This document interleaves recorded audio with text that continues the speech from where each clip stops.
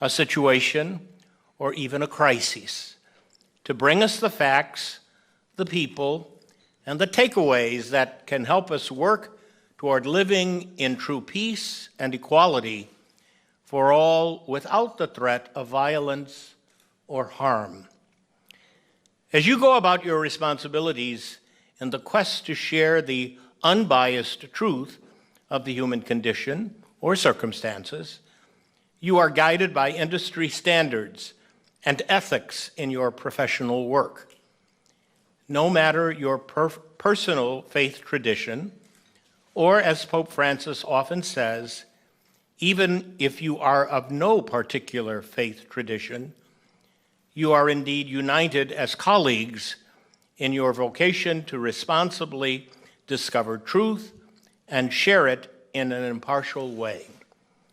You hold accountable leadership and citizenry alike in promoting human and civil rights for all people at all economic levels and in all realities that make our nation truly blessed, from its founding to the current day. It is you, the modern-day American journalists, who amplify community voices, speaking out against injustice and inequality, who are asking for needed change in our systems and long-held practices. It is the powerful impact of your multimedia images and carefully written words that help us connect with the world's citizens fighting for the exact same hopes and dignity. Daily, we see the rich and connectivity of social media that often reveals far more than any of your individual media outlets can share. Moreover, it does so 24 hours a day, 7 days a week. I, along with my sisters and brothers in leadership in other faith traditions, rightly participate in the good that social media outlets offer us to share our consistent messages of hope, perseverance, and love for the Creator. Yet we cannot overlook or fail to recognize the destruction and blatant vulgarity that is often also present in social media and other areas of life, where great harm is done by fraudulent, unverified, and biased information that passes as news. This affects both current and future generations. As a society, our measure of what may be appropriate in media and everyday life is certainly vastly different from the decades of the recent past. Our sense of respect has been overridden by a craving for continuous positive or negative attention. We often forget and dishonor our shared humanity. We each have a responsibility, not only you as our journalists, but all of us, to use our daily words, social media posts, public commentary, and personal involvement to care for our neighbors in tangible ways that work for justice at every level. It is because we see the violence and hatred, the racism and gender discrimination, the injustices and inequalities in regards to our environment, housing, hunger, education, and opportunities. It is necessary that our actions and words magnify these issues and work towards equitable solutions. When we encounter unjust treatment of any of our neighbors because of race, socioeconomic, or immigration status, do we stand up and defend their dignity? This is a question both for you in the news media and for all of us who have a public role in society. we can indeed uphold the best of civic responsibility in what we present to the world. This was recently seen so admirably, yet again, in our American military, as our soldiers held and carried infants, assisted children, senior citizens, and families in Afghanistan as they exited their homeland under the dangerous violence of the Taliban and ISIS. As the women and men who serve our country in the military always do, they honored and respected the dignity of the people of Afghanistan while they carried out their mission. We are incredibly grateful and thank our military members for their honorable service. We are called to do the same in our lives each day. In my world as a priest and bishop, the Holy Father, Pope Francis, of course, has an essential role in shaping my work, indeed my very life. However, he rightly is also an inspiration far beyond the Catholic Church. Pope Francis often asks us to step up and care for one another in very tangible ways. His passionate calls for us to welcome immigrants and to protect the earth, our common home, resonate and inspire people around the world, including me. One way I am asking the people of the Archdiocese of Washington, Catholics and non-Catholics alike, to share in Pope Francis's concern for creation is through our new Laudato Si action plan, which was only recently promulgated a couple of weeks ago. We are called to protect and restore our fragile earth and its natural resources according to our ability and our means. Found on our website, our action plan contains small and big ways for us to exercise stewardship over God's creation. We are also sharing numerous touching stories of hope and responsible citizenship of those in our metro community who have been doing this work for many years. When it comes to environmental justice, we each have a critical role to care for creation, to ensure the earth is protected for future generations. In addition to the essential reporting that you do on disasters, the pandemic, and political upheaval, I hope you and your editors also think it is important to spread the truth about efforts like Laudato Si's action plan, which aspire to improve our world. After all, the words in every story you write and share motivate us to some kind of action. You ask our government and community leaders about systemic structures, laws, and regulations in a quest for the truth and an attempt to hold them accountable. I too receive these genuine questions from you and have for many years, as we in Catholic leadership are asked about living our faith in our modern-day world. We are also properly held to account as we work to repair the horrendous injury of our sexual abuse crises. I have always believed and known that a church that is accountable is a healthy, thriving church. Catholics and all people deserve ongoing answers from us in the Catholic hierarchy. Abuse of any kind should never occur. If it ever does, answers are owed in full truth, along with full accountability. As you well know as journalists, words have the incredible power and ability to build or to damage or to destroy. A few weeks ago here in Washington, D.C., we marked the 58th anniversary of some historic words that still ring true as guidance today.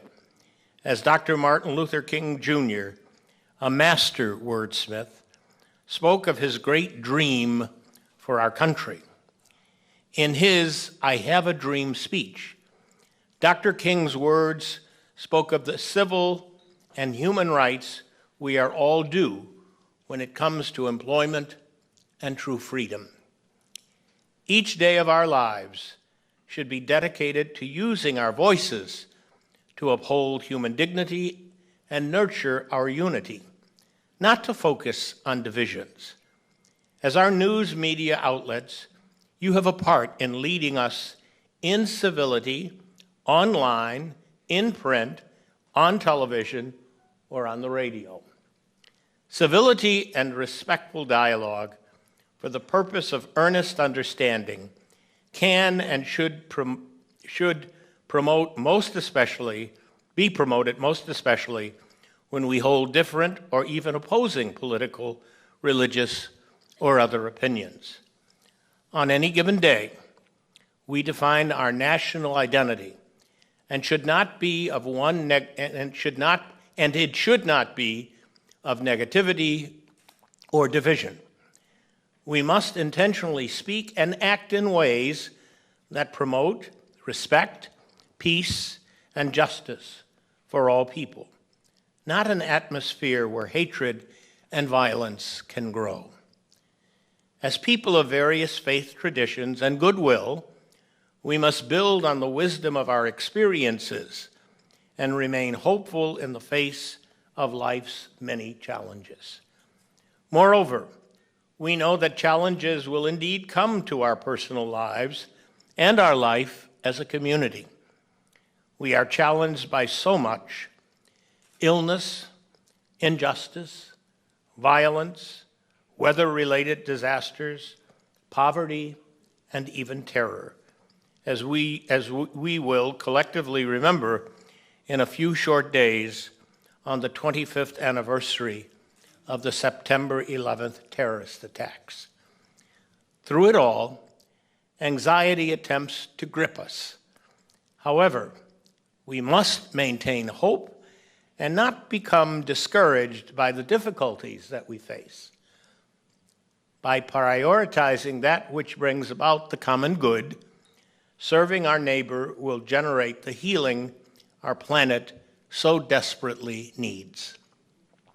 Our encounters, conversations, and yes, even our news stories should reflect our shared experiences as a human family. You are instrumental in telling our stories and keeping us connected with the reliable information we genuinely need to be safe, informed, and responsible citizens. May we treat one another with respect as members of the human family, daughters and sons of the one Creator. Thank you very much.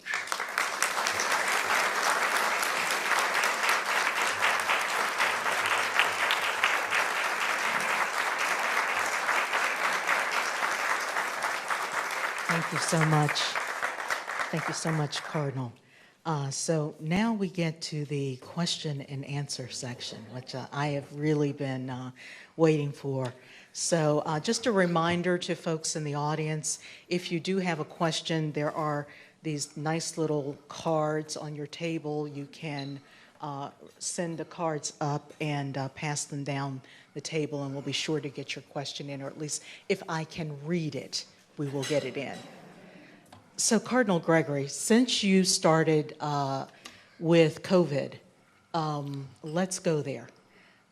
Everyone here, of course, today is vaccinated, and we're all following good protocol. You're finding your COVID vaccination card? Yes, yeah, being vaccinated.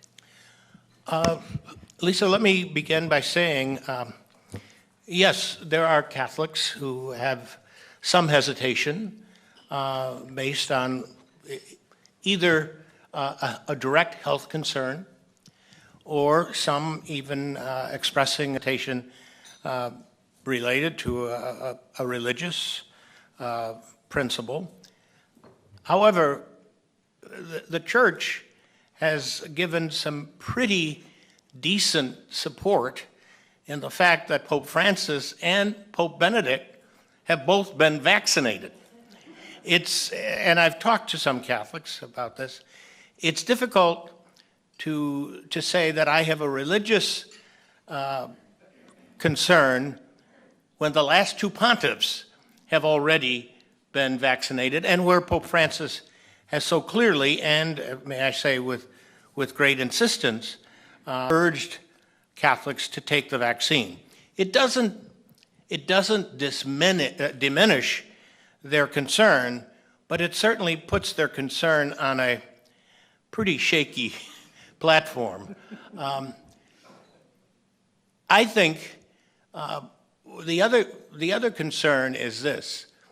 The vast majority of Catholics, from all that I can read and personally experience, have either had by local governmental and civic requirements. Our churches have been applauded, our schools have been applauded for their hard work on sanitation and making sure that the environment is cleaned and properly cared for. We've had to hold back on a number of activities that Catholics had grown very familiar with, receiving communion under both species, both the precious blood as well as Holy Communion under the Eucharistic bread. We've also had to stop some of the things that we love doing, good, robust choir and music, signs of peace during the Eucharist, and activities around the altar. So those things have been altered. I think they are returning. How quickly they will return, I cannot say. That's fair. So you and I represent a little bit of history up here. You are the first Black cardinal. Talk a little bit about... In the United States. In the United States. In the Right. United States. Well, okay, Black American. Right. There you go, cardinal. Talk a little bit about the experience of being in that role and any challenges that you may have encountered being in that role. Lisa, having heard your introduction, you know a great deal about my background. I'm a convert to Catholicism. I was born and raised in Chicago. Please don't hold that against me. But having been raised in an urban environment, like many African-American Catholics, the schools were a primary vehicle for entering the Catholic Church. And so it is with me. When I knelt in front of Pope Francis to receive the biretta, the ring, and the assigned titular church, a lot of that heritage was running through my head at that time. What is this going to mean for me? What is this going to mean for the African-American Catholic Church? And what is it going to mean for the American Church in general? We've had Italian cardinals, Polish cardinals, German cardinals, Irish cardinals. Now we have a Black cardinal. What is that going to do to the heart of the Church? What benefit will that bring to our Church? I'm still trying to figure that out. So interesting that you should bring that up, because I am wondering specifically about, race reconciliation. We're in a post-George Floyd environment. So what role should the church be playing, or what role is the church playing in leveling the field there and potentially bringing more Black Americans back into the fold of the faith? Well, certainly we as Catholics, whether we are Black Catholics, brown Catholics, white Catholics, or any Catholics of any ethnic background, we have a responsibility because of our faith to be on the forefront of the justice movement. It's not something that should be foreign to any of us. It is clearly something that I think African Americans, African American Catholics in particular, need of seeing the whole panoply of our racial identity woven into our national identity. You know, as well as I do, that since the George Floyd tragedy, there's been a concerted effort, I believe, on the part of industry, economics, business, sports, entertainment, to be more inclusive. So programs that probably have been on the air for years and years that maybe had few, if any, faces of color, they have faces of color now. Yes. And that's a good thing, because it reminds us that if we're going to grow as a nation, everybody has to be at the table. So I have to ask this question because I know that there are many race and ethnicity editors out there that are going, well, but what do you do to convince young Black Americans who have left the faith in droves and believe that Christianity is the white man's religion? What are you saying to them? What are you doing to convince them to bring them back into the church? Lisa, let me expand that a bit as I'm trying to respond. We have a problem, and it's not just a Catholic problem, it is a religious problem, with passing on the faith to the next generation. I have been very fortunate to be involved with ongoing Jewish-Catholic dialogues for many years.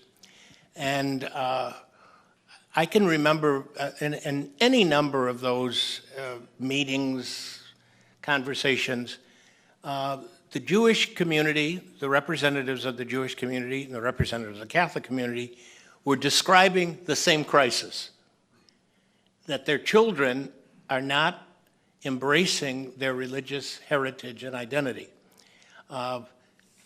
They may say, oh, I was baptized a Catholic, or I went to Catholic school, or I made my bar mitzvah, or I'm of Jewish heritage, but it's a description rather than a practiced or lived reality. So whatever we need to do as Catholics, I think would only be enhanced by talking to our fellow religionists who are facing the same issue. Okay, that's fair. That's fair. So, you know, we need to talk a little bit about the sex abuse instances. Your predecessor, Cardinal Theodore McCarrick, who was very popular here in the Washington, D.C. area, he recently pleaded not guilty Friday to sexually assaulting a 16-year-old boy during a wedding reception in Massachusetts nearly 50 years ago. Can you discuss more the structure that the Catholic Church has in place to investigate priests who groomed students who, when they were minors, and then pursued sexual relationships with them after they turned age 18? I'm embarrassed. I'm embarrassed not with the discovery, although that's certainly a part of my embarrassment, but I'm embarrassed because it is absolutely contrary to everything that I, as a priest, my brother priests and bishops, should be pursuing in terms of serving our people. When I've seen images of Theodore McCarrick, whether recently as he pled not guilty or early on when this whole sorrowful event occurred, my first thought was about the people that he had hurt. I think you asked, what are we doing to help address this? I think one of the things that we're trying to do, and we still have to work on it more effectively, is we're trying to make sure that the proper attention is put in the proper place. The people who should get our sorrow and our concern and our compassion are those that were hurt. Those that hurt them, the perpetrators, should be held to the same criminal justice that anyone else who creates such a scandal should be held in.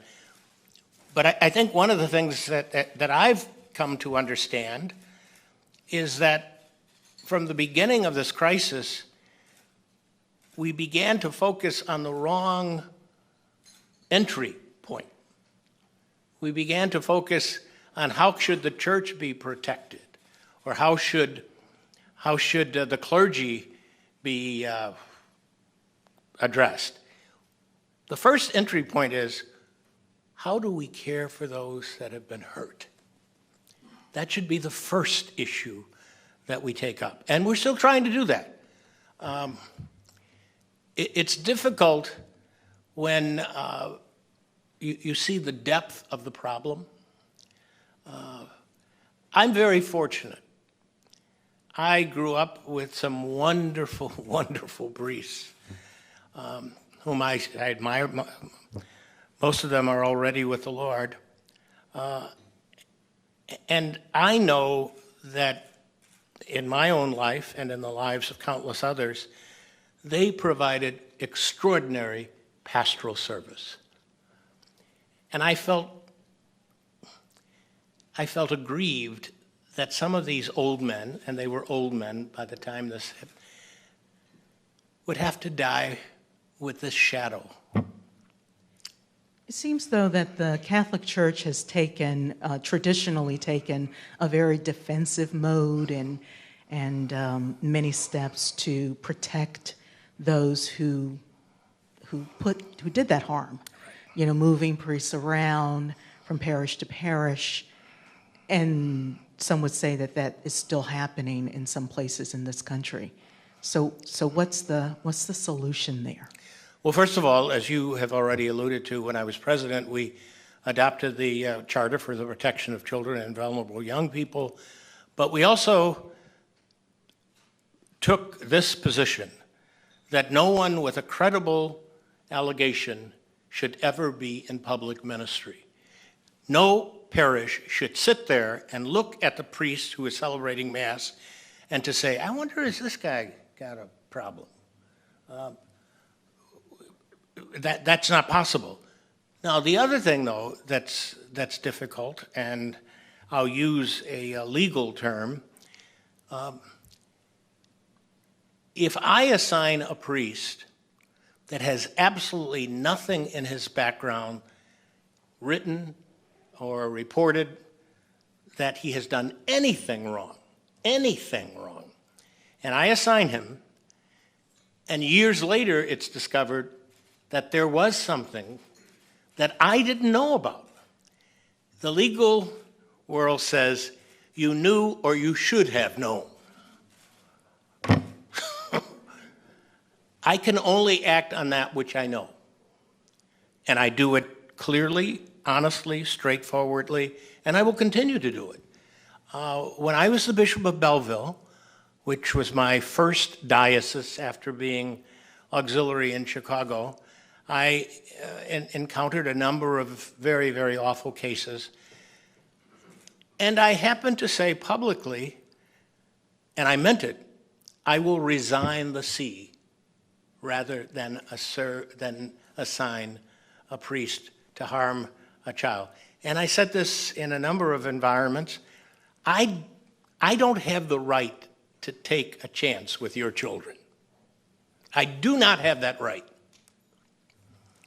Okay, so another question that might be kind of tough. Does celibacy among priests add to the problem of sexual abuse in the church? And is celibacy,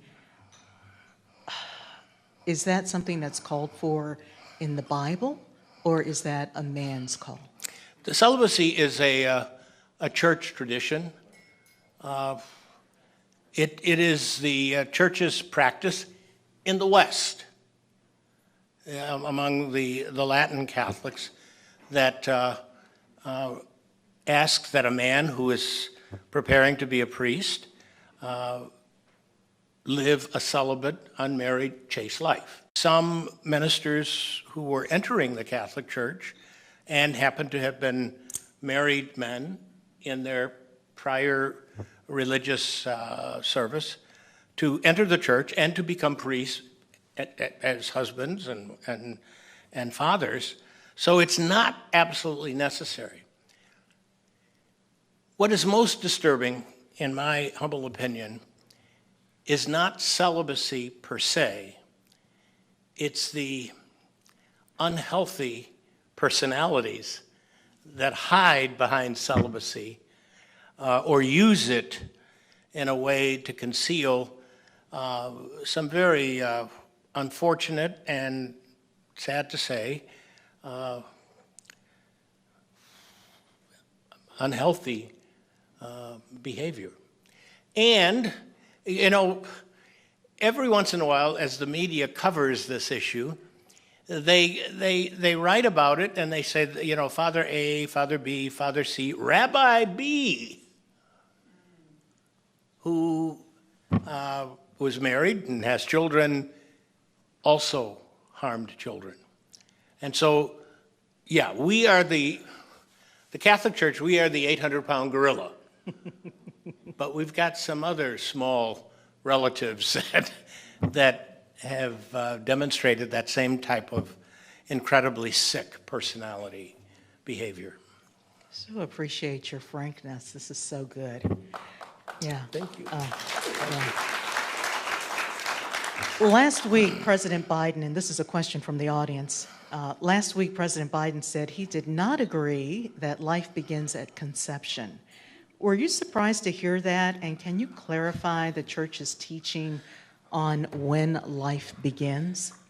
The Catholic Church teaches and has taught that life, human life, begins at conception. So the president is not demonstrating Catholic teaching. Okay. Now, among the theologians, there's all kinds of medical issues about when does conception take place. When is it at implantation? Is it at some point when the sperm and the ovum come together and create a new reality? And theologians have debated that and continue to debate that. Has the Catholic Church softened on abortion? And let me do a Okay. follow on that. And the reason why I'm asking about that is because of all the different things that we're seeing now.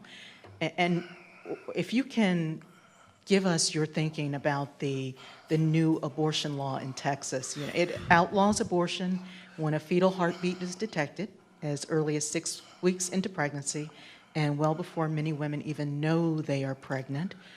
So where does the Catholic Church stand on, I guess, abortion in 2021, which apparently is very different than the issue of abortion, say, in the 60s or in the 70s?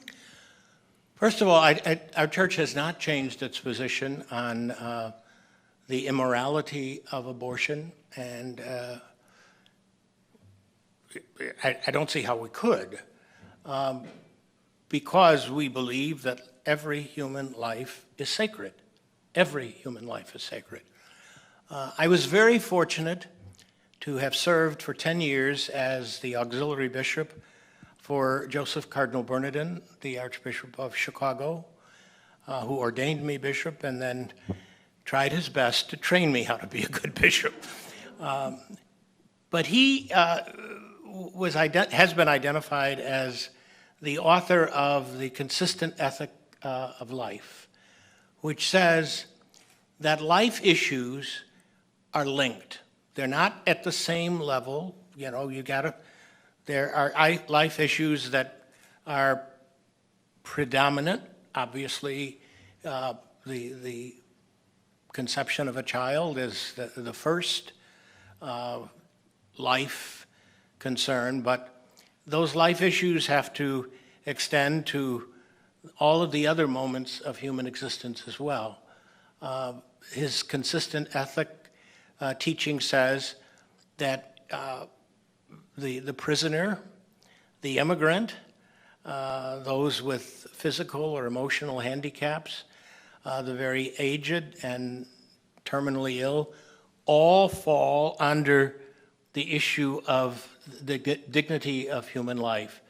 Now, that position has generated and continues to generate a lot of conversation.